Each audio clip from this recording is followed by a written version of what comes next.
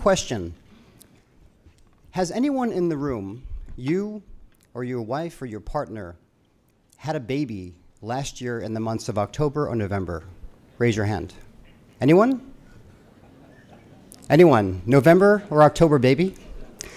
Okay, I was hoping someone had, because if you did, you could have had the 7th billionth person in the world. Around October 31st of last year is when the UN guesses the 7 billionth person was born. I guess it's hard to figure out who that would be, but think about the consolation prize that person would get. Quickly, the UN estimates that we reached 1 billion people in the year 1804. To get from 1 billion to 2 billion people took 123 years. To get from 2 billion to 3 billion, it took 32 years. To get from 3 billion to 4 billion, it took 13 years. And now flash forward to where we are today, it took 12 years to get from 6 billion to 7 billion. So based on that trajectory, you can see what we're here to talk about today. Is this a numerical milestone, 7 billion people? Is it a cause for celebration or concern? We can debate that.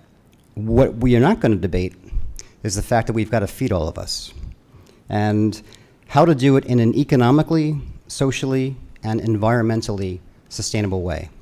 To get us started this afternoon, I'd like to invite up Dr. Chang-Yong Ri, who is Chief Economist of the ADB, who will frame the debate for us.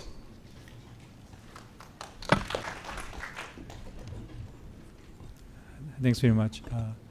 Distinguished guests and panelists and ladies and gentlemen, on behalf of the Asian Development Bank, let me welcome you to Manila, and especially to this very important and timely seminar about food security and its challenges.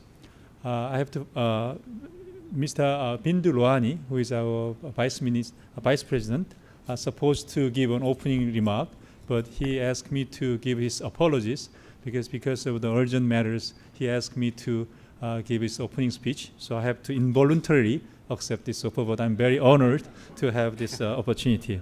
And also, I'm a little bit pity that I'm too old to have a baby last year, but anyway, so I think food security has been a global issue recently. G20 has discussed this issue. It's a very important global issue for all over the world, but especially this food security are the very important issue for Asia, in my opinion, because of two reasons. One is its impact on poverty, especially disproportional impact on the poor people of food crisis. Second is the implication of demographic changes and urbanization that we just discussed on food security. As you know, Asia has very splendid record in growth and poverty reduction. In the last 20 years, developing Asia's average growth rate is well above 7%, which is twice as high as the average growth rate in Latin America and Africa.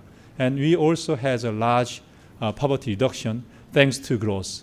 But on the other hand, ironically, still Asia is a home of the 2/3 of the world poor, and more than 60% of the world undernourished people are living in Asia. And actually, the absolute number of the undernourished people has increased since the mid-1990s due to the large population growth. And especially the food price crisis in 2008, you remember that food prices increased more than 30% just prior to the global financial crisis. Our study shows that more than 20 million people could have been lifted out of the poverty at the time. This 120 million people is about 3.5% of the total population in Asia, which is not a small number. So especially why the impact is so large, as you can see, food consists of a large proportion of the consumption basket of the poor household. Many Asian countries, the proportion of the food in their consumption basket is well above 50%. Some countries goes to 60s, 70s.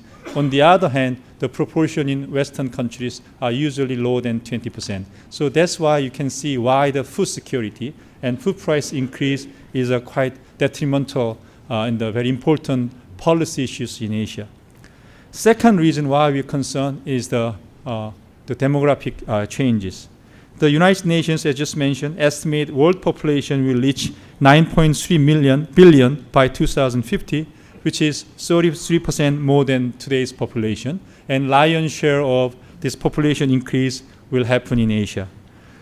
Together with rapid urbanization, changing land use, water scarcity, and climate change, many studies forecast that food production must increase 70% by mid-century in order to support 2 more billion people from being hungry.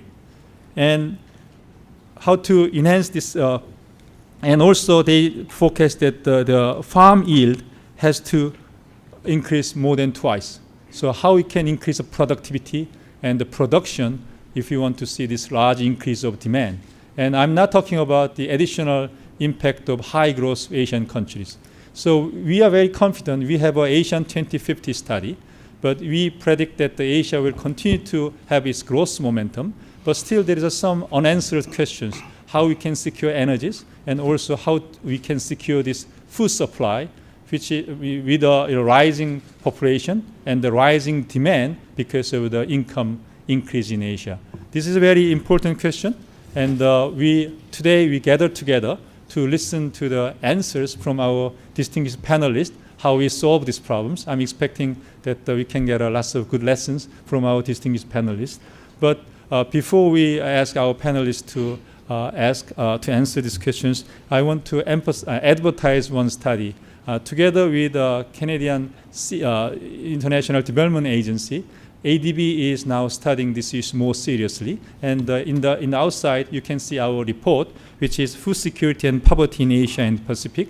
This is the beginning of the study. This shows our thought, what we are thinking about on this project, and what is this temporary conclusion of what is most important issues in this study. And today we have Mr. Sang-bin Yao and Mr. Paul Sampson to briefly discuss, introduce what we are doing at this moment before we go to the panelists. So if you allow, then I really want to save our time to learn more from the panelists. So I will stop in my remark here. Thanks very much. Thanks for coming. Thanks.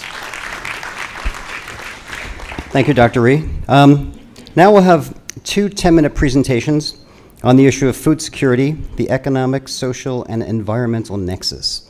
First, joining us from Ottawa, we have Paul Sampson, who is the Director General of the Canadian International Development Agency. And after him, we'll have Mr. Sang-bin Yao, who is the Director General of the ADB. Paul? Thank you very much, William, and thank you, everyone, for coming. Thank you to the ADB for the collaboration that Dr. Rhee mentioned a moment ago. Food security is a priority for Canadian development cooperation. The Vice President of CIDA is going to be offering concluding remarks at the end of this session, and she's going to talk a little bit about some of those priorities. We have Canada's ambassador here, Christopher Thornley. Glad to see you here, and this is a key issue for us, and we're delighted with the collaboration. My purpose here is simply to be a little bit of a primer for the discussion, so I'm going to move very, very quickly through a number of points which I hope provoke the discussion. I have 4 points, really, but I'm going to rapid fire go through a couple of different slides here to do. These are the 4 points I'm going to be touching on. First of all, I'm going to be talking about briefly some of the issues of globalization around the issue of food security, which I think is fundamental. Some of the ways that we frame the issue of food security, which is a massive issue, but it is important to frame it in order to get the proper decision-making environment. Asia as a pivot, as a crucial factor in the coming years for Asia. Bonjour, this is Diane Giacavella, Vice President of CIDA, who's just arrived. And finally, just to touch on some of the broad policy issues that are in play here. On the first issue of globalization, quite simply, I would say that food security is one of the most significant issues of globalization right now. I think that typically globalization issues have a tendency to sneak up on you, where cumulative change ultimately results in a system which is integrated or interdependent in a way that has not been seen coming, as it were. And as a result, you can see some surprises in the system, even as a result of small little changes. And when we come back to some of the points I'm making, I think that point is emphasized, that some little small changes in the food security system can have either unforeseen consequences or fairly big ones that the robustness of the system as a whole, you would not expect it, right? So this is one of the things to be keeping a lookout for. I mean, specifically to mention a couple of examples of this interdependence, I think the global commodity market is obviously one that is highly interdependent, looking at products ranging from water to potash to fossil fuels. Just the way that things are transported these days, the way that information flows, we're in a much more accelerated, compressed environment. And finally, the way that global depletion and degradation of natural capital in the broad sense, soils, water, wild seafood stocks, etc., those resources are also part of this globalization trend. Now, why does this matter? I think that apart from the surprise element and the kind of the ability to perturb the system, I think that one of the things that really matters here is that the system will be surprised by shocks more often, and the ones who are vulnerable to that are going to be the poorest of the poor in many cases. And that's what we're going to see here, that they are the ones that are exposed either in the short term or systemically, and so it matters a lot to tackling poverty as a whole, which is why I emphasize this point. I won't go into the details here, but here's a couple of examples of where pressures on natural capital are reaching points that have global implications, whether it's the quality of soil, the availability of fish stocks, etc., are the examples that I mentioned there. I note one other interesting one here, which is less on the radar, could become significant over time, and that is agricultural land leases by a number of countries in Asia, as you see on the list there, leasing land in other countries for domestic use. And so far, I don't think this has had a big impact on the system, but it's another thing to watch for how that develops in the globalized context I was mentioning. Price volatility has been one of the things that has really been the focus of a lot of attention, whether it's in the G20 context or elsewhere. And I think it's, again, an example of what happened to the system there, as I understand it, and the experts may have a further comment on this, that this was not a spike in the food prices as a result of massive changes in the balance between demand and supply. It was more small things that then resulted into this somewhat unforeseen and surprise result where currency, commodities, etc., suddenly created this in the system rather than suddenly a shortage in supply or something like that. So I think this is significant again, and that we should probably be expecting more of this price volatility in the future. The next issue, which is the second on the list of four that I'm going through, is how we frame the issue. As I mentioned, food security is one of those mega issues that has connection points in virtually every direction. How you manage to frame it is very significant here for the decision-making process ultimately around it. The point to emphasize here is that it is not obviously simply a supply and demand issue. You see the sub-bullets that are listed there. There are supply and demand issues, obviously, but there are also very important issues here under the utilization issue about nutrition, which is something that we are focusing on a lot, is a fundamental issue also in the Asian context, as we will see. Access is obviously a fundamental issue here, whether there is a land tenure, just a simple access issue, whether there's a gender issue, whether there's an infrastructure issue. Then finally, sustainability in a broad sense, both in terms of the environmental sustainability, the economic sustainability, but really even at a household level, there's a stability issue there as well. The third of my 4 points is simply to discuss very briefly Asia as a pivot in all this. I think that it's very clear that Asia is very, very significant in the future on food security. The first issue there is the urbanization trend in Asia and the consumption patterns shifting, which are somewhat related to the urbanization trend. But this is going to have a huge impact over the next few decades about what the Asian demand side is, which is obviously the biggest demand. It is also the fastest growing demand, which when you look here at the projected population growth, that oval circle represents approximately 1 billion people over the next couple of decades that need food security. So the answer in Asia to how that 1 billion population is factored into food security is going to be fundamental on issues like nutrition, but also on basic supply and demand issues as well.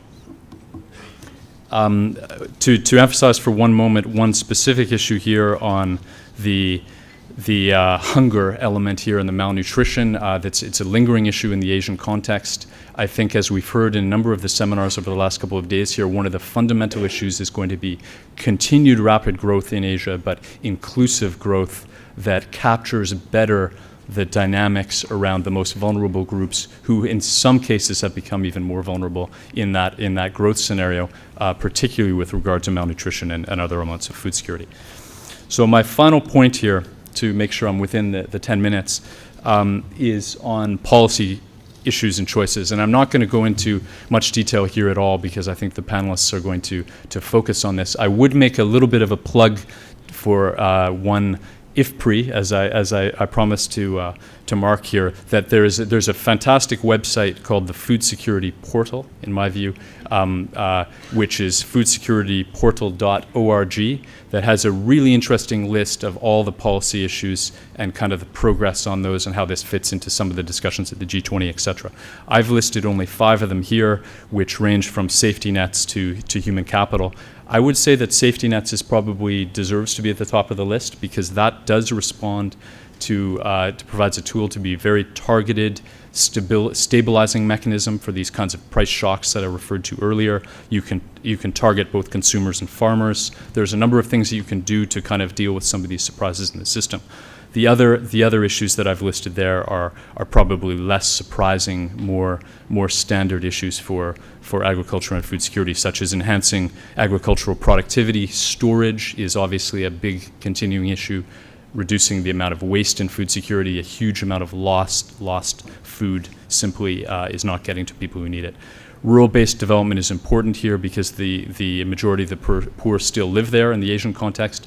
Mindful of the urbanization slide I put up earlier, there's a transition point there which is very important between those two worlds, which are coming over the next decade or two. Agricultural research and innovation, obviously, drought-resistant crops, higher nutrition crops, et cetera, are going to be important in the future as well.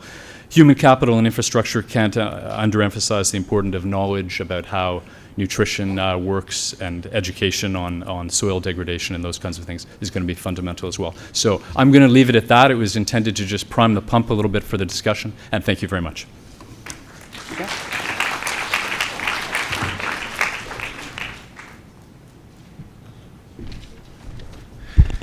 Thank you very much, Paul. And I'm joining you to further prompt a bit more on this, getting the panel to giving us our views.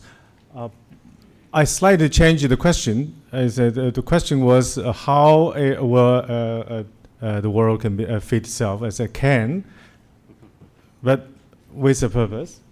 Well, we can say this is if we indeed put this as a rhetorical question, but there's a follow-up question indeed, that is how and what should we focus on?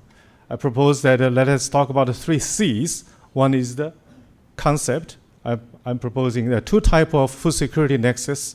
One is from resource dimension, one is from human development dimension. And let's put this in the context. Context in Asia is so-called dynamic region. It's transformative.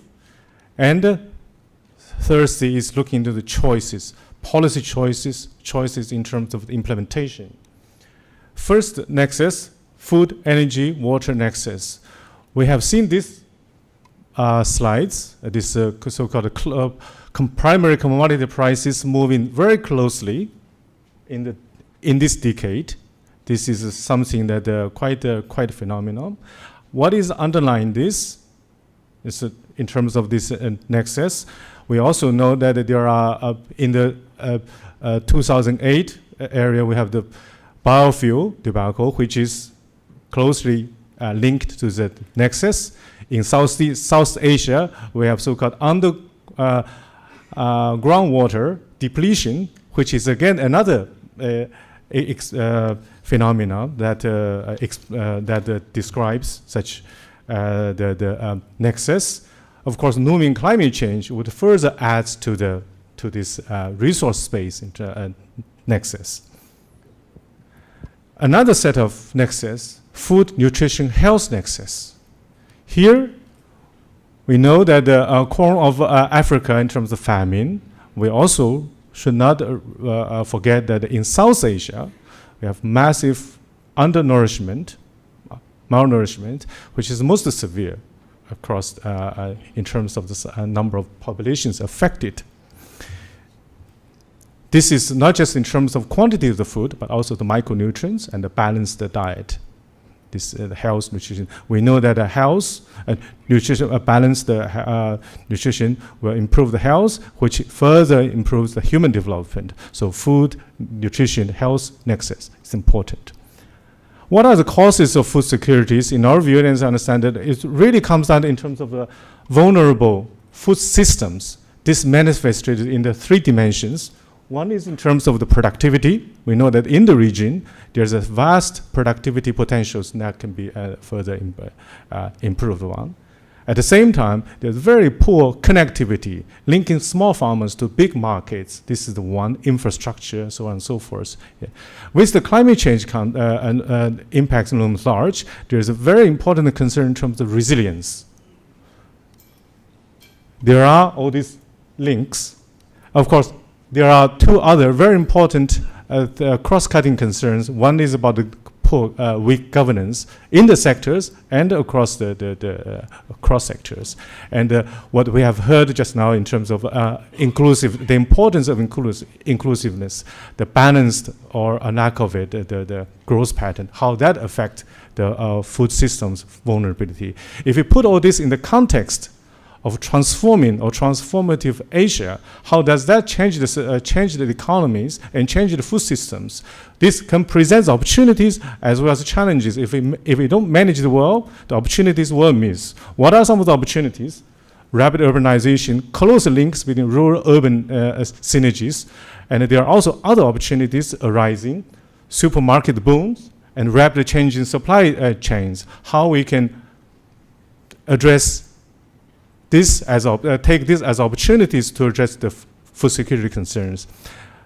Think in terms of the producers and consumers, quality of the market-savvy producers, small farmers. Even small farmers are very much linked up to the market. How can we help them to further strengthen that effort? And the quality of food staples. Just very briefly on what the ADB is doing in these areas. We're focusing on the boosting infrastructure investments, very much deal with the first set of nexus. That's a food, energy, water nexus, linking small farmers to big markets. We're dealing with the issues with improving the social safety nets, addressing the food, nutrition, health nexus, and really not just developing, support the development each and isolated food safety net systems, but considering institutionalize them in terms of national social protection program. And third, working closely in to promote regional cooperations, both in the market space as well as in the non-market space. In the case of market space, we are supporting the ASEAN +3 countries to develop, improve the functioning of the rice markets. We know the bitter episode experienced in the 2008 when the rice prices moving up. There are still vast agenda for advancing the sustainable food security topics, policy making and policy implementation. We need science in terms of technology, innovations. We must consider economics in terms of the pricing incentives, and we should not forget politics. And here is something that how to manage the politics for development. And of course, all 3 has to work together. And in terms of politics, how to really actively hear the voice of weak and vulnerable and bring those on board in policy making. I'll end up with this Chinese proverb. It says, throw bricks but harvest jade, harvest gold in return. We are looking forward to gold from the panelists. Thank you very much. Thank you, Mr. Yao. Is this working? I see we have a standing room only crowd here. I'm sorry if you thought there'd be free food, but thanks for coming. But it does speak to the importance of the issue, certainly. Introduce our panel. To my immediate left, we have Mr. Pierre Jacquet, who is the chief economist at the French Development Agency based in Paris. To his left, we have Mr. Ren Wang, who is the first vice president of the Chinese Academy of Agricultural Sciences based in Beijing. To his left, we have Mr. Hiroyuki Konuma, who is the assistant director general of Food and Agricultural Organization based in Tokyo. And to my far left, we have Mr. Mark Rosgrand, who is director of the International Food Policy Research Institute based in Washington, D.C. We often think about the proverb offering food for thought, and today we're really focusing on thoughts about food. And so, Pierre, why don't you get us started? I'll ask each of our panelists to speak for about 5 minutes on the topic itself. Basically, how do we feed 7 billion people in a sustainable way from your point of view? Pierre? All right, thank you very much. Let me make three remarks. One is, the first one is on decision making. I mean, it's striking that we talk about food security in the aftermath of a crisis, while the problem was there before. As was said earlier, undernourishment was there before, well before the crisis, and still one was not focusing on food security.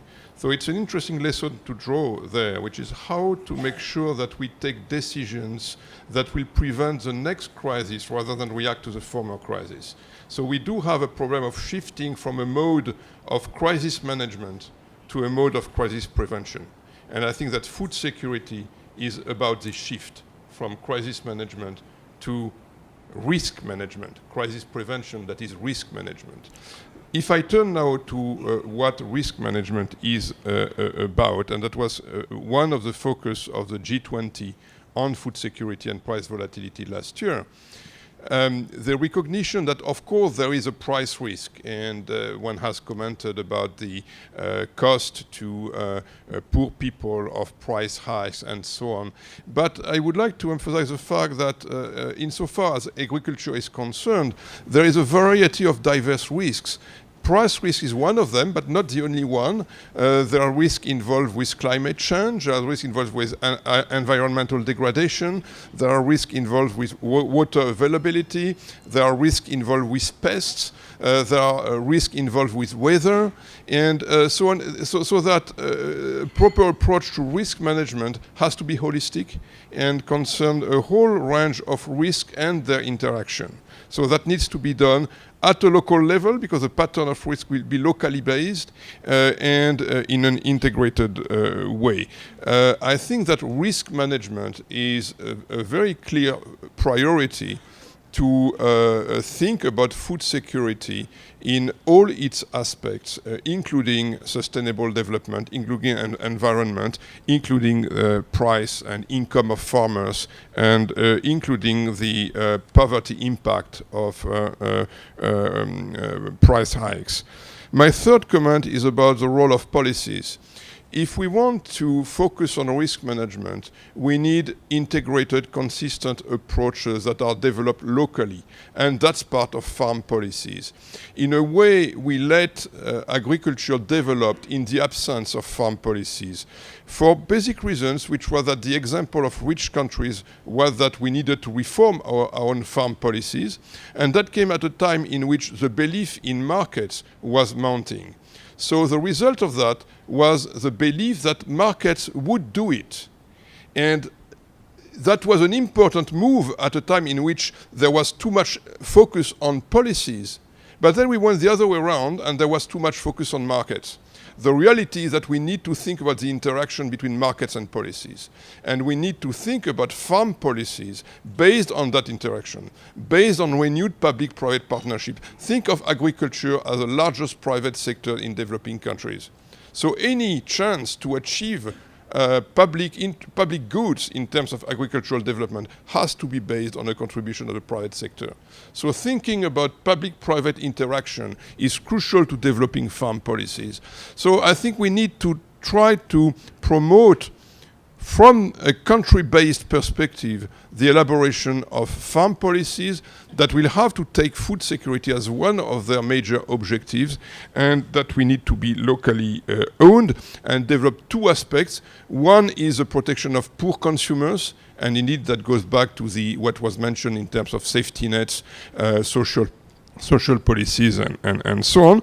And one is turned toward the risk management from a producer point of view. One of the reasons why agricultural production has been neglected for too long is that there are many risks in agricultural production.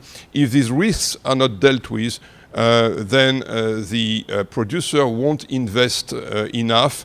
Risk-averse producers won't invest enough. Agricultural productivity won't progress enough, and we will be stuck in a low equilibrium of food production. So we need to find responses to this risk problem in producers. That involves, of course, policies, storing, building reserves, subsidizing in some cases, but also access to market-based instruments to dealing with risk, and also in the context of public-private partnership, contractual agriculture. Contracts are a very interesting way also to manage risks. This reflection was one of the contributions of the G20. Let me end by mentioning that one of the recommendations of the G20 was that donors should join forces to collectively propose risk management services for agricultural development to developing countries. And these services would involve risk mapping, assistance to risk mapping, capacity building, understanding what risk hedging instruments, both public and market-based, could be about, and helping developing countries to implement them. So thank you very much for this introduction. I will stop there. Thank you. Mr. Wang? Wait. Okay, thank you, Willie. Is it working?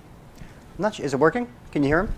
Is it working? Okay, now. We're good. Yes, thank you. It is really a great honor to be here today. And let me tell you first that before I came, I double-checked with ADB, the organizers, twice, that whether I was invited as the former director of the whole consultative group on international agriculture research, the CGIAR system, or am I invited as the vice president of Chinese Agriculture Academy?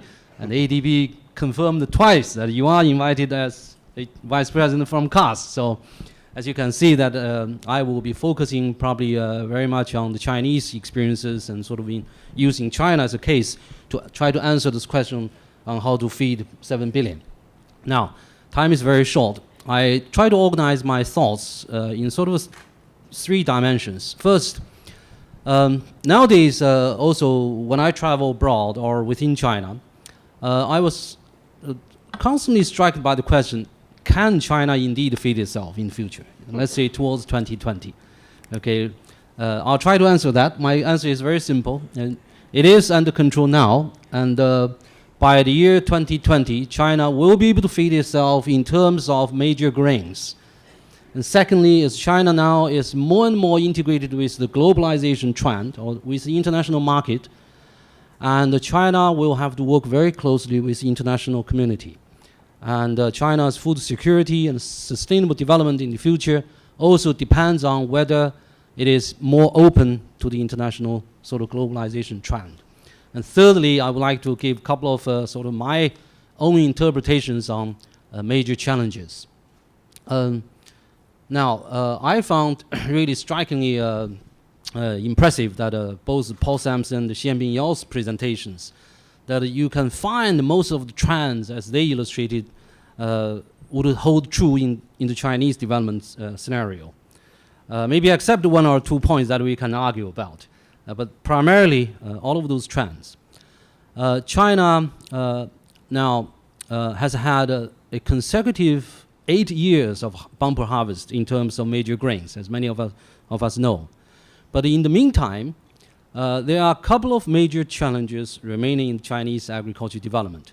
One is, of course, the rapidly changing people's diet, demanding for more animal products and dairy products, and that has profound implications for the structure of agriculture production. And secondly is this conflict actually between traditional sort of smallholding farming with the market-oriented production and the demand. And thirdly is, which I haven't seen mentioned in both of the previous presentations, is the rapidly changing labor force in the rural area. So the question of who will be the farmers in China, who will be producing the food in the countryside is now becoming almost the number one challenge in the Chinese agriculture development. Okay. Now, can China feed itself? Yes, there are still a number of areas where China actually, I believe, has a sufficient room to maneuver in order to feed ourselves. One is in the policy dimension. The Chinese government continues to put top priority on agriculture production, rural development, and improving farmers' income. A series of policies also for reforming the land tenure systems to ensure the incentives of farmers, to reward agriculture production or farmers directly in those major grain production areas, to set forth policies to ensure that grain production remains the top priority or responsibilities of the governors of each province or autonomous regions, etc. So in the policy dimension. Secondly is to ensure increased investment in rural development and agriculture area. And that has really been rapidly increasing trend. And thirdly is to continue to put national priority on the contributions of science and technology or innovation to improve agriculture production, particularly in closing the yield gaps in the major grain production areas. Okay. For instance, the total investment of the government or the public sector in agriculture R&D in 2010 was 0.8% of the total agricultural GDP, which was compared with only 0.25% in about year 2004. So in the last sort of 8 or so years, there has been doubling, okay, the investment in agriculture R&D. And also the Chinese, our academy, for instance, the Chinese Academy of Agricultural Sciences, has a responsibility for the Ministry of Agriculture in monitoring and calculating the contribution rate of agricultural science and technology to the increase of agriculture GDP. And that rate was calculated as 53%, comparing with 25% in 1960. So as you can see, every year there's a calculation on that. So the government really keeps eye on the R&D. Okay. Now let me quickly come into my last point, which is the challenge in terms of changing rural labor. Last year, China, for the first time, has a rural population of 51.3%. For the first time, that exceeded, the urban population being 51.3%. For the first time in the history, that the urban population has exceeded the population in the rural areas. It's a rapid urbanization. And that, again, has profound implications in Chinese economy and agriculture development. Demand for supermarkets, as we saw on the slides, as we've seen from Paul's presentation, okay, and also on changing food diet, and also on the food safety issues, etc. The other dimension, which is perhaps not mentioned very much in the sort of outside China media, is that nearly, let's say, 95% of the Chinese villages nowadays, where you don't see farmers in the age of between sort of 25 to 50 years old. Nowadays in China, there are 220 million migrant laborers, okay? And 85% of that migrant labor are between the age of 25 to 50 years old. So nowadays, when you go to the rural villages, who are doing the farming? It's elderly, it's women, okay, and even underaged. So it is challenging. Okay, so that really implies the adaptation of modern technologies, of new varieties, okay, of farming management, and especially in accessing market information and being able to link to the big market, as we also heard. So this, I would like to emphasize, is going to be a very daunting challenge, perhaps not only for China. I understand the similar phenomena also is taking place in other Asian countries. But what I'm pleased is that this in China, in the Chinese context, it has been brought to the highest attention in the government as well, and it is on the media within China, and we have a series of approaches and strategies try to address those issues. Let me quickly stop here. I hope I have delivered a clear message so far. Thank Okay. you. Thank you. Konuma-san.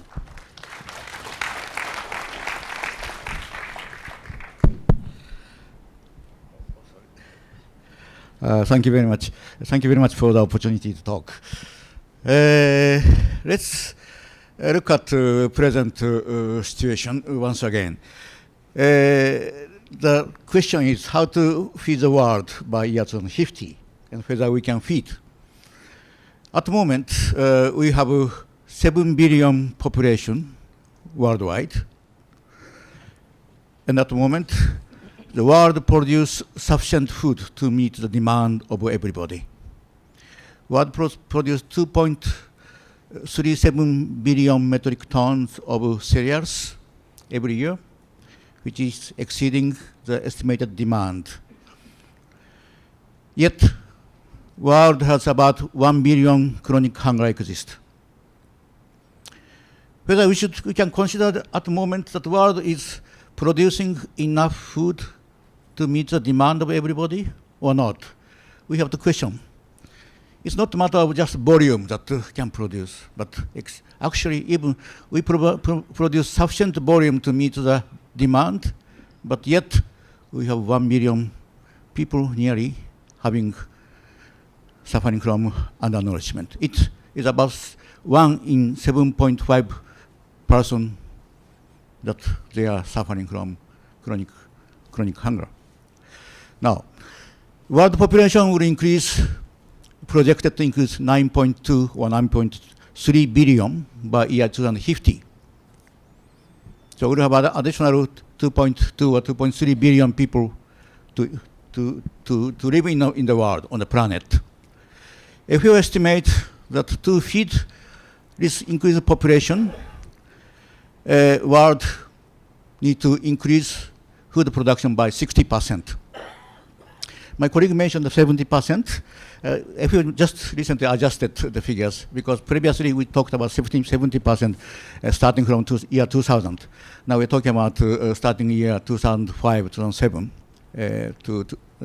from there to year 2050, we look at about 60% increase. But this is a big challenge because we have already people suffering from the hunger at this moment. Then we have to increase by 60% in the next 40 years. And the existing condition that arable land in the world almost fully exploited, there are very little opportunity to increase arable land. We estimate that only around 5% of existing arable land can be expanded by year 2050. It's about 70 million hectares. But majority of expansion could be happening in part of Africa and Latin America. In the context of Asia, arable land expansion is almost stagnated, and some of the countries like China and Vietnam already starting to decline. Arable land itself is facing very serious competition for the usage between food crops and bioenergy crops. Water resources are getting more and more scarce. And if we are to increase food, actually agriculture consumes about 70% of total water use. If we are to increase food production by 70%, or 60%, sorry, we have more water to grow.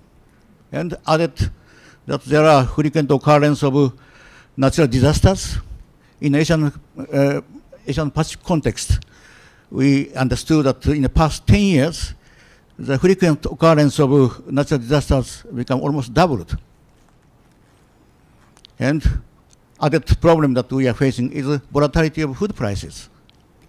As it was mentioned already from our colleagues, that food price index in real term at the moment is almost doubled if compared to 10 years ago. So these are all existing constraints that we are facing at the moment. On that basis, we have to increase food production by 60%. That is the challenge we are facing. We have to realize. FAO recently calculated that we may be able to attain this challenge. And we estimate that we could be likely to achieve this challenge by using existing arable land through yield increase. If we are able to increase yield by 0.8% annually, annual yield growth of 0.8% or 1% around, we may be able to meet the demand of world population by 2050 in terms of particularly for cereals. But yet, problem may remain even we can attain demand of world population by 2050 if there is existing similar problem remain, that is the disparity, poverty issues, inequality issues. So we have to resolve this inequality imbalance in economic growth, disparity issues, poverty issues, inequality issues, and inclusive growth as well. ADB is putting big voice, is very important. At the same time, of course, we have to make targeted safety nets for the poor people, poor consumers, to make sure that those who left out from the economic growth, benefit of economic growth, will get support. But also, same time, you'll be surprised that many food deficit, low-income countries, they are facing increased national budget deficit. Food import bills are growing and growing. Last year, it was about 1.24 trillion US dollars worldwide. And this year, slightly down, only 5%, but still continue. And this is creating a lot of risk for food importing countries, because they can sustain this for a certain time, but goes beyond a certain limit. The negative consequences will be affected to the consumers. Then food price may increase. Then social unrest, political unrest may happen. And this is not the problem of those in Africa or some poor country, but it's a problem ourselves, that we have to share such risks by ourselves, by having risk of terrorism and others. I'll just stop here, and I may come back again. Thanks. Thank you. Thank you. Mark?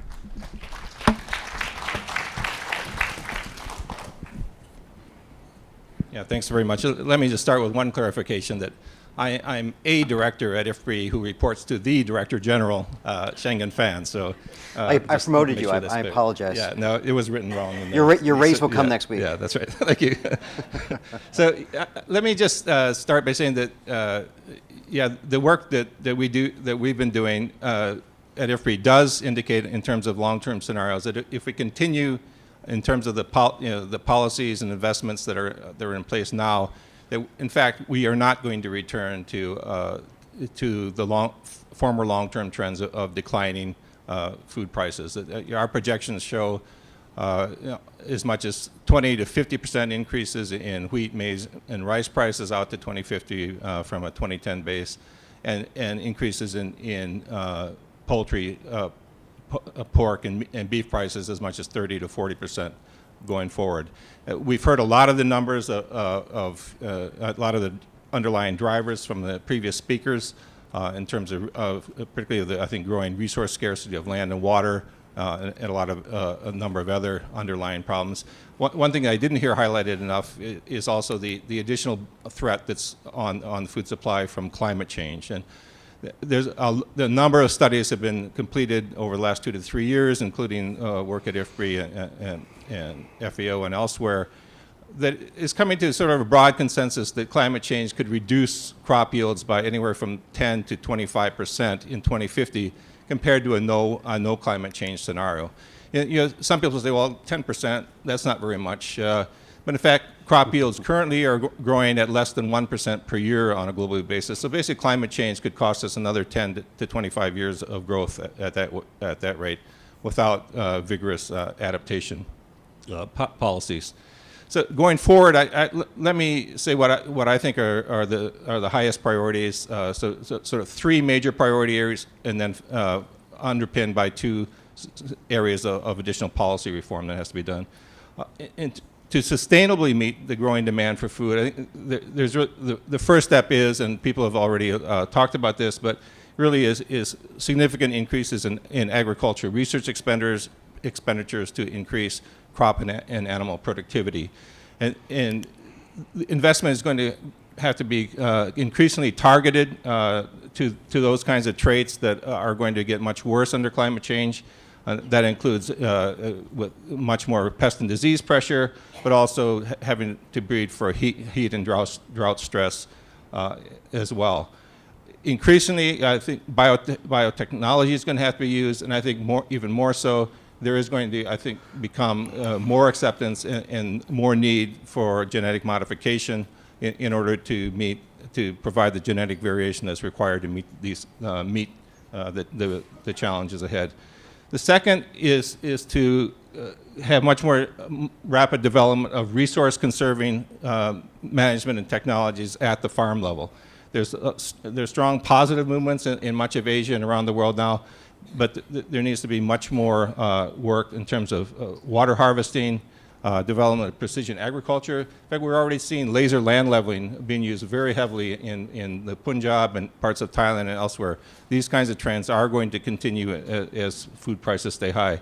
Also, technologies such as minimum tillage, integrated soil fertility management, and integrated pest management are going to be needed much more.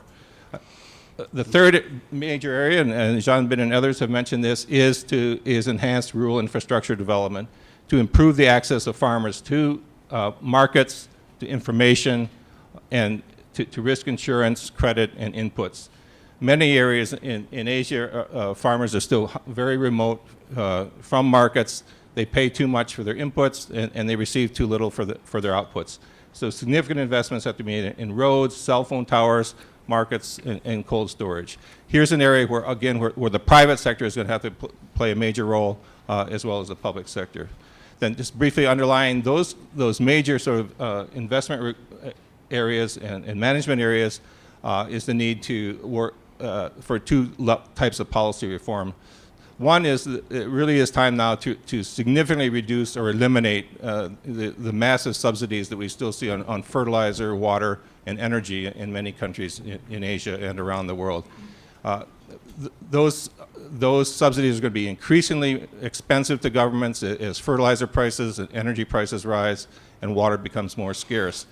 Those kinds of subsidies are not only distorting production decisions, but they're taking away money from government treasuries that should be put into the direct investments to increase farmer productivity and income.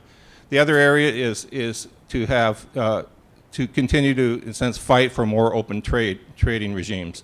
We already saw, as it was mentioned by earlier speakers, the very negative effect from even short-term trade restrictions during the food price crisis in 2008 in particular. The international trade system is going to continue to be even more important in the future. We see imports, food imports, particularly of cereals and livestock in Asia, as much as doubling or tripling in most countries between now and 2050. To support that kind of level of import growth is going to need more open trade regimes. The key area, the sort of best case scenario would be to get the Doha development round trade negotiations going, but it doesn't look like that's going to happen anytime soon. barring that, I think the continued movements towards regional trading agreements through, so for example, SARC, ASEAN, and APEC is probably the best we can do. We have to be careful that those themselves don't turn into sort of trading blocks that reduce trade, but that appears to be the way forward now. So those would be my priority actions. Thank you. Thanks, Mark. Mr. Wang, I'll ask you this question because China, of course, is such a focal point nowadays for obvious reasons. Jeffrey Sachs yesterday talked about how inequality in Asia could trigger social unrest over time. Mark just mentioned the food crisis of 2008. How vulnerable is a vital economy like China to another 2008-like food crisis that lasts for 2 or 3 years, not several months? Let me maybe try to answer that in 3 points. Okay, I think first of all, energy prices in the global market will, of course, already have big impact on China's market and also food security. One of the challenges now China agriculture is facing is increased input costs, and that relates to the cost of not only electricity and energy, but particularly fertilizers and other things. Okay, so that definitely will impact. The other thing is now, as I mentioned, China now is more closely linked with the international market.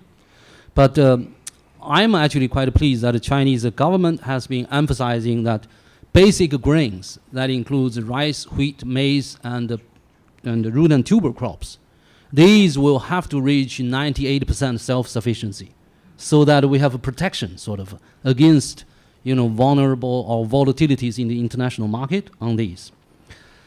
The third is that there are particular commodities that China is vulnerable, particularly in terms of soybean, oils, edible oils, and maize. That is in response to the rapidly increased demand for animal products and dairy products. So one of the challenges is whether or not the reform, or let's say, I always say China's agriculture is in transition. This transition is fast enough to be able to catch up with these dynamics in the international market. But I'm quite optimistic that we can. Nevertheless, I have to say that trade, as Mark mentioned, particularly with regard to soybean, for instance, China will not be able to produce enough soybean for ourselves. Last year, China imported 57 million tons of soybean, which I understand is almost 60% of the international trade in that. Okay, so that is in a vulnerable area, but China will have to seek alternative sources for plant protein sources as animal feed. Well, I think that intuitively we are far behind on climate change on many in many areas, not only agriculture, but in the way in which our societies react to climate change. There is a tremendous impact out there, and we are simply not ready to react to it right now. But we should keep on trying to do things, and I think that agriculture is certainly both subject to a huge impact of climate change on agricultural productivity, on the nature of crops that are going to be able to be produced, and so on, and also a contributor to both mitigation and adaptation to climate change. And that has to be based on research. We don't know enough yet. It has to be based on experiment. We are not in a position yet to generalize on so many things. So we need to innovate, and many interesting initiatives have been mentioned in this discussion already. Low tillage agriculture, basically agroecological techniques, and I think there is a lot of potential out there. But to mobilize this potential, we need much more research and experiment, actually. Konuma-san, when we talk about research and innovation, is this really code for the death of organic agriculture? I mean, are we going to see a kind of bubble in genetically modified food, the kind of food that we in Japan would never eat? Frankenfood. I think this was not the original question that I was. I like surprising you. No, it's okay. You mentioned two things, organic agriculture and GMO issues. Anyway, I think in a point of food safetyness and also food, soil fertility and sustainable agricultural system, organic farming, certainly it has the merit. However, there are changing to the organic farming in quickly. It should not be, the turning to the different methodology of agriculture production system should not be the case. There are, like we have been working on IPM, Integrated Pest Management Program, that basically more on organic farming oriented methodology without minimizing use of chemical pesticides and fertilizers. But there are at the point that with the minimum use of chemical fertilizer and mixture with organic fertilizer, there are the evidence of good productivity growth in one side. So there should be the mixed use of chemical fertilizer and organic fertilizer. There is the way that I can see. But of course, chemical fertilizer, organic farming itself has also in one side, in some experiment, proved to be increasing productivity. This research should also continue further, and we should bring up the evidence that how organic farming can both to create a sustainable production system, same time will produce to enhance yield. IPM program that we have experiment has actually proved even yield increase without using or minimum chemical fertilizer. That was one of the areas that we have been advocating. GMO issues you mentioned, this is basically a technology that we need to look at in the long run. But of course, safetyness to the human being is the most important things. So safetyness cannot be compromised. But however, it's difficult to determine how long it will take to determine the safetyness, in fact. So at the moment, of course, it's a matter of basically the consumers to choose. Some country has already adopted GMO products in the market. But the importance is that consumers are aware that what they are eating is a GMO product, the labeling indication, so that this will give great opportunity to the consumer to choose themselves. But GMO techniques, we should continue as a part of research in the long run. It takes time to attain a research result, and of course, by that time, perhaps safetyness might be determined. So, continuation of research in one side is also very important. Thank you. And before coming here, I'm based in Tokyo. Before coming here, I was polling some of my friends and colleagues about what food security means in Japan, and everyone said the same thing: sushi, tuna. We have to make sure we have enough tuna going forward. They're very afraid of the Chinese developing a taste for bluefin tuna. Mark, you mentioned before a bit about free trade. I have a cart and a horse question. Is freer trade the key to food security, or is food security the key to freer trade? Interesting way to put it. Yeah, I guess I'm not as much of a free trade purist as many economists are. That the evidence is that free trade is beneficial, and especially markets that are open enough so that you don't get these periodic closures, import and export restrictions. the immediate impacts, you know, if you, let's say the Doha round came through tomorrow, over the few years, first couple of years, you get only very small increases in GDP. But what opening markets can do is, of course, then in the medium and longer term, is provide developing country farmers access to markets overseas and markets both south-south and south to north. It provides much better access to technology and capital. And it has a tendency to strengthen investor confidence and squeeze some of the corruption out of the systems, because buying and selling of import permits and export permits and managing in general tariff regimes does lead to significant corruption. So it does have a strong positive effect. But again, I would put it as a supporting tool for the much more important investments that have to be made in the future. Pierre? Yeah, I'd like to come in there.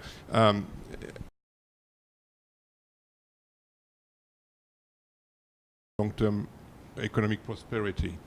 But when we discuss a link between trade and food security, I think we need to be very concrete. We need to explain how international trade can help countries deal with food security in times of crisis. And so far, this story has not been told. And the reaction of many countries in the aftermath of the recent food crisis was exactly the reverse. It was that trade was not an instrument of food security, and the best way to protect the population was actually to prevent exports. And I think that, and I don't think that a successful outcome of the Doha round would solve that. There is a basic trust issue there. And I think that going on arguing that we need free trade, I mean, I like the idea as an economist, as I said, but I think it doesn't solve the problem of food security. We need to be much more concrete about how trade can be an instrument of food security. And we are not there yet, because the link between the two has to be trust. And when a crisis strikes, we don't have enough trust between countries to maintain free trade, whatever the agreements may have been signed in Doha or elsewhere. And I think that's a basic, I think we shouldn't hide that basic difficulty. My second point is that I'm a bit perplexed when we talk about food security in poor developing countries. That may not apply to many Asian countries, but look at African countries. And we are going to preach them trade opening for food security, while one of the main problems is in these countries is not international trade, it is domestic trade. It is a lack of infrastructure. So we need to be serious about the kind of messages that we send and have a priority ordering there. And of course, ultimately, we want, as I said, open and multilateral trade.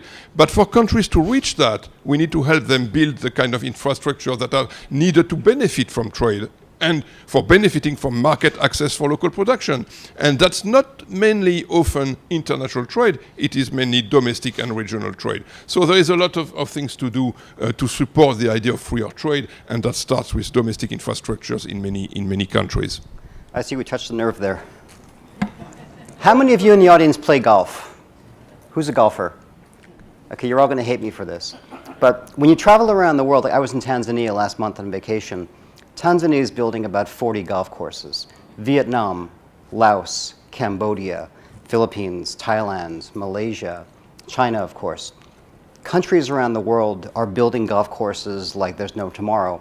And it's reducing the amount of arable land. Think about all the pollutants and the water that's necessary to maintain that green. Do we need a kind of moratorium on golf courses to ensure food security? Anyone? No, Konuma-san is saying, I'm not going to come out on this one. I would never ask this question in Japan. I would get deported. Anyone? Mark, the brave soul. I mean, it's true that not only golf courses, but a lot of other urban development is encroaching on land globally. It turns out not to add up to that huge of a deal in terms of the actual displacement of land, though on the margin it's meaningful.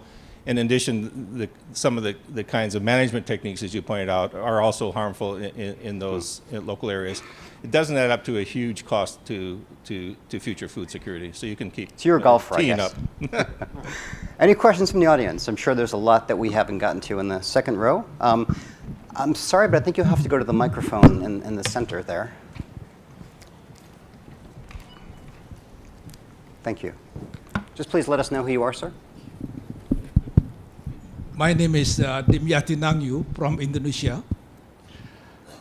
In the 70s and the 80s, Asian Development Bank and World Bank accord very high priority on agricultural development. And the developing member countries also accord very high priority on agricultural development. Through financing of large number of agriculture projects and also research projects, we're able to increase productivity by at least 100 to 100%. But now the last 10 years or 20 years, EDB has no longer have agricultural expert in the bank, no longer financing agriculture projects, no longer financing research project, when in fact we will have more problem with food security. The population will increase to 9 billion in 20 or 30 years' time. And at the same time, the government do not pay attention to agriculture. What is your question? My question is that if we want serious to solve this problem of food security, which is linked to poverty reduction project, to poverty reduction program, I think EDB should start thinking of hiring agriculture expert again, should start thinking financing agriculture project again, also research project again. Otherwise, the problem will become worse. Thank you. Mr. Yao, would you have any interest in grabbing that? Please.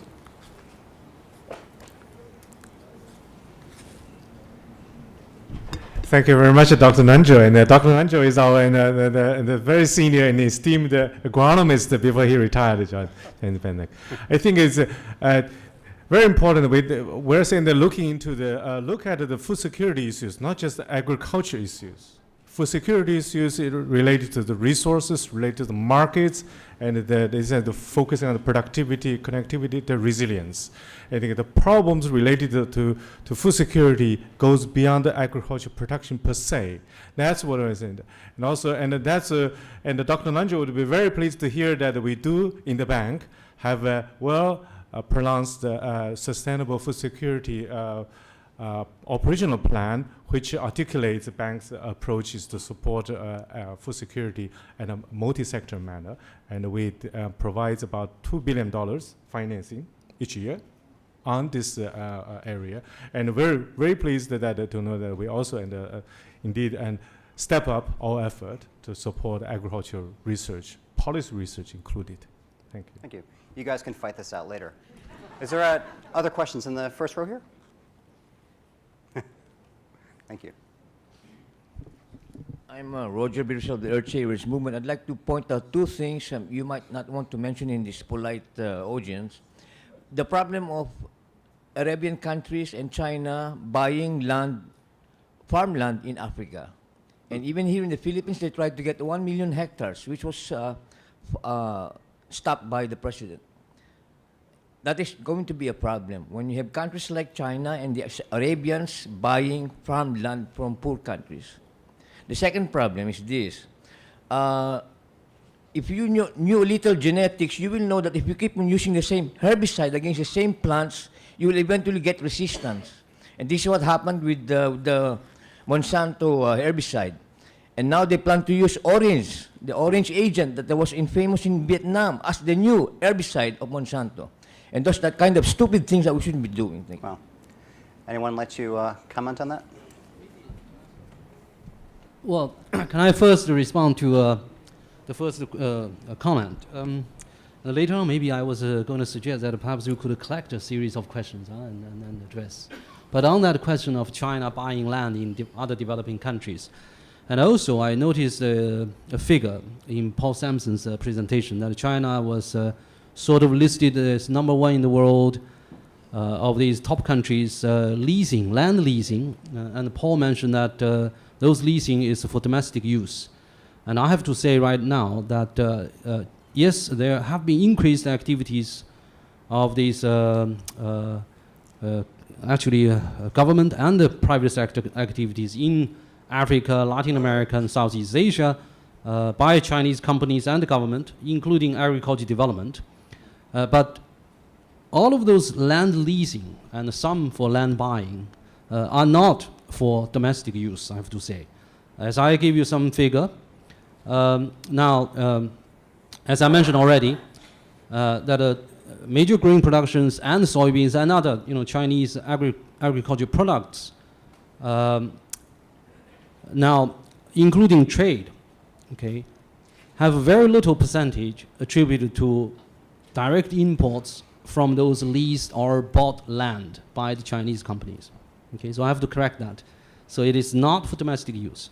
Now, land leasing, for instance, in Africa or Latin America, is for productions of agricultural products for the local or international market, according to the country's regulations, which I think is okay. Import of, or direct import of, let's say, grain or other cereals from those leased or bought land accounts for less than 0.1% or maybe of the Chinese total consumption. So we have to be clear on that. Secondly is I myself actually have been involved in a number of projects. For instance, China Development Bank in Africa and Latin America. It is always integrated as part of the development program of the government. And I think that that is important. That China, the government also emphasizes that no matter it's public or private sector activities in agriculture development in other developing countries, has to be part of the development program supporting sustainable development or market development of that country. It's not for domestic use. Thank you. Another question? Or Pierre? There's some hands. I'd like Just to one second. comment on land grabbing, because I think there is a need for a code of conduct there. There are two issues. One is about land rights. How are these land rights defined locally? Who sells what to whom? And you observe that in many poor countries, land rights are not defined, and therefore there is a sort of indirect and implicit spoliation of the people who use the land when it is sold, not only to foreign investors, but even locally. When there is a decision to use the land to something else than agricultural production, it's very often an indirect spoliation of local farmers who use the land. So there is a huge problem of defining land rights and implementing land rights in developing countries. And the second issue is about foreign direct investment. The fact that it applies on land doesn't change the reality that sometimes foreign direct investment is very useful because it brings resources, it brings technology, it brings the creation of local value added, and sometimes it doesn't work because it deprives the country from value added that goes out of the country. So for that, to check that, we need transparent contractual relations. We need to know exactly what has happened between the foreign buyer and the local sellers. And in terms of, and land grabbing is no different on that aspect from many other deals. So I would think that we need two things to deal with land grabbing. One is clearer land rights, and the second thing is transparency of contracts. If we have that, I think we can progress toward an acceptable, mutually acceptable code of conduct. Thank you. Yeah, maybe just supplement. Maybe you might be aware that the matter has been on discussion quite intensively at the Committee on World Food Security, which is now global forum to discuss food security matters. And last year, this year, we will discuss further. Last year, the voluntary guideline on land right and code of conduct on a basic guideline has been fully adopted by world leaders. And now, actually, next step is to move more on like agricultural responsible agricultural investment, movement. So things are moving in a way more to to create more clear code of conduct.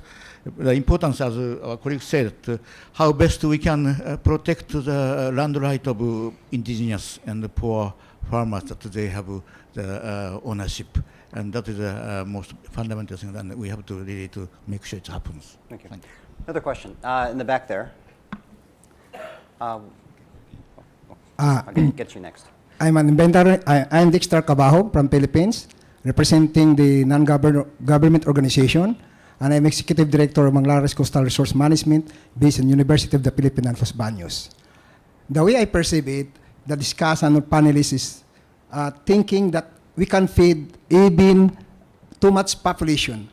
For me, there is always a limit. Even production, as you discuss it, there's no limit. You can increase production so you can feed billions of people. But as an environmentalist, I felt that there's always a consequences of it. The limit of production also, based on the capacity of the land productivity. There are always a limit and there are always consequences of that. May I ask the panelists to give their insights to propound on the environmental aspect in these issues? Thank you. Who would you like to respond to that? Which panelist? I don't know who would like to discuss it. Pierre? Why me? Because you're close. No, I think it's a crucial issue. It is about really understanding the limits, and we don't know where the limits are. We know that we are reaching closer to the limits, but we don't know yet, and therefore there is we are at a stage in which we need to promote this very idea that there are limits. It's not accepted by everyone. And when we talk about sustainable development, it really means constructing this kind of social consensus behind the idea that we need to work within the limits of the environment, of the society itself, and so on. So I have no precise answer to give to that question, except that there is a responsibility, I think, and I go back to policy making, but I think we need policies. Why do we need policies? Because the incentives are not right. We need to collectively build a kind of incentives that will help private investors, consumers, producers everywhere to stay within acceptable limits. And that's for water use, that's for land use, for forest use, and so on. We are not there yet. There is a huge problem with environmental protection and sustainable growth, and it also applies for agriculture. Just keep it very Maybe brief. I just supplement our colleague said. We have learned quite a lot of lessons through green revolution that we passed through. In past 40 years, Asia, this region could successfully increase food grain production by 300%. And it actually lifted proportion of undernourishment from 35%, it was year 1970, to 17%, halved by 2007. But and this was one of the consequences was that through increased food production, the real term of the food price became around 40% cheaper. And this actually made more access to the poor people to grow. But at the same time, there are a lot of land degradation, environmental hazard, also social problems happened. So any technology, I fully agree with the person that any technology that we are going to use should be sustainable, environmentally sustainable, and socially acceptable. And these are very basic fundamental matters. But I'm sure this could be attained, and this is the way that we are looking at the old technology and innovative intervention that to make sure that sustainability, fundamental goal of sustainable development, should be always in there. Thank you. And sir, you have the last word, last question. Just, if you could just keep it very brief, because we're pretty much out of... Yeah, thank you. I'm Mekinas Mana from the World Bank. I'll try to be very quick. I just like to raise one aspect related to this topic. I mean, an issue which not adequately addressed in many discussion on this. I'm talking about the need for a strong food logistic information systems. I mean, this is not quite adequate in many discussion related how can we secure the logistic foods and also to assure the distribution. I think that this is one way how can we provide partially answer for this topic. I mean, this could be linked to better cooperation among different countries in one region, and even it is very important to better distribution of food in one country where people scatter in different areas like Philippines, Indonesia, etc. So I guess you are very important people working on this. I don't know, Mark or Pierre can address something on this, that we can see this one opportunity in the future. Thank you. Anyone? Yeah, I just briefly address that. I think you're very correct in terms of the international aspect. For example, following the basically almost collapse of international trade for a few months during the 2008 crisis, there has been, I think, a much more concerted effort now to have better coordinated efforts, like to hold food reserves. ASEAN has actually done an excellent job now of putting together some reserves of rice, which it appears helped keep prices down during this more recent crisis in 2010, 2011. Domestically, I think I'd say it's a fairly difficult one. That in general, I think it's best to rely on markets market approaches to procuring grain and so forth. But there is, again, still a role for, I think, for the government both to invest in the public goods that make markets more efficient and more effective, such as the rural infrastructure I talked about, but also possibly to hold basic emergency reserves as well. So I think you've made some good points there. I'd like to add that the G20 last year concluded that there was a need for an agricultural market information system, AMIS, and it is being created, and that goes exactly in the direction that you mentioned. Second point, the issue is not only international, it is also within nations, and one of the aspects of what you said, which I think is very important, is to know the local distribution of food demands and food supply, food excess demand and food excess supply. That is really needed. And I'd like to go back to the former question and say one provocative things having to do with incentives. One of the difficulties is that the price of energy and the price of water are too low. Are we willing to accept the fact that we need higher energy prices? Apparently, we are not, and we should be willing. That's a whole other panel, isn't it? I'd like to thank our panelists and our speakers for bringing us around the world and back in 90 minutes and providing food for thought and our thoughts about food. And to close us out, I'd like to invite up Diane Jacovella, who is the Vice President of the Canadian International Development Agency.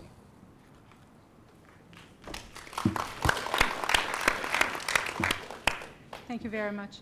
I'd like, first of all, to thank the Asian Development Bank for bringing this really important issue to our attention. And I'd like to thank you, our moderator, and the panelists, and our two speakers, because I think you actually given us food for thoughts for food. So I think there's a lot we can leave with.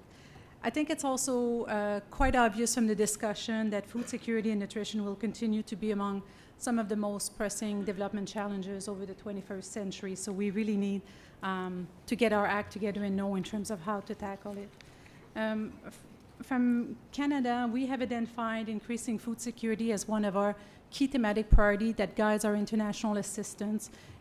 Again, we want to applaud the Asian Development Bank to address this from a multi-sectoral and multi-perspective way, and also to keep the focus on the poor and on vulnerable people. There were many important issues raised today, and I won't repeat them all, but I just would like to just highlight a few that I think are important. One is that we've heard that food security is going to be high on the development agenda for many countries, but that a paradigm shift needs to occur, and we need to have a more multi-dimensional approach to us tackling malnutrition and food security. I think we've heard also that the impact of nutrition on children's health and cognitive development and future productivity is really key, and therefore we need to include nutrition consideration in all the work that we do. And I just want to raise the work that is being done by the Scaling Up Nutrition movement called the SUN movement, and many countries here in Asia are a member of that movement in terms of trying to bring nutrition consideration in all the work that is being done at country level. So I encourage those of you who know about it to continue to support it, for those that don't know about it, to join the movement. One of the issues that I felt wasn't raised enough today, I just want to stress, is that we must recognize that women and girls are really susceptible to the impact of food security and nutrition because often they lack access to and control over resources in the household. And that's something that we need to tackle. The majority of smallholder farmers are women, so that needs to be addressed a little bit more. We've heard the importance of giving greater recognition to climate change and the huge impact it has. Over the last couple of days, we had a number of discussion about all the natural disasters in the Asia-Pacific region, and we need to address it. We've heard about social safety net, the importance, and making sure also that food security and nutrition are core elements of safety net programs. We've heard about the importance of improving agricultural productivity and investing more in agricultural research. We also heard about the importance of involving the private sector, and I think the bank, again, we asked the bank to do a little bit more on that in terms of working with the private sector. We also heard that it's important for developing countries to recognize the importance of investing in health, education, infrastructure, because all of these play a critical role in our struggle on food security. And we also heard that the same way as we heard that just economic growth will not lead to inclusive growth, just economic growth will not lead to food security. So we need to have a special focus on poverty reduction. So in conclusion, I think it's evident that for the next decade, the challenge for the Asia-Pacific region is to achieve food security and adequate nutrition for its growing population, but without compromising the current economic growth and poverty reduction momentum. But that by building on past successes, by finding sustainable solutions, and by promoting innovation, I think we can achieve it. So in closing, again, thank you to all of you for being here today, and thank you for the bank for taking the leadership in this exciting panel. Thank you.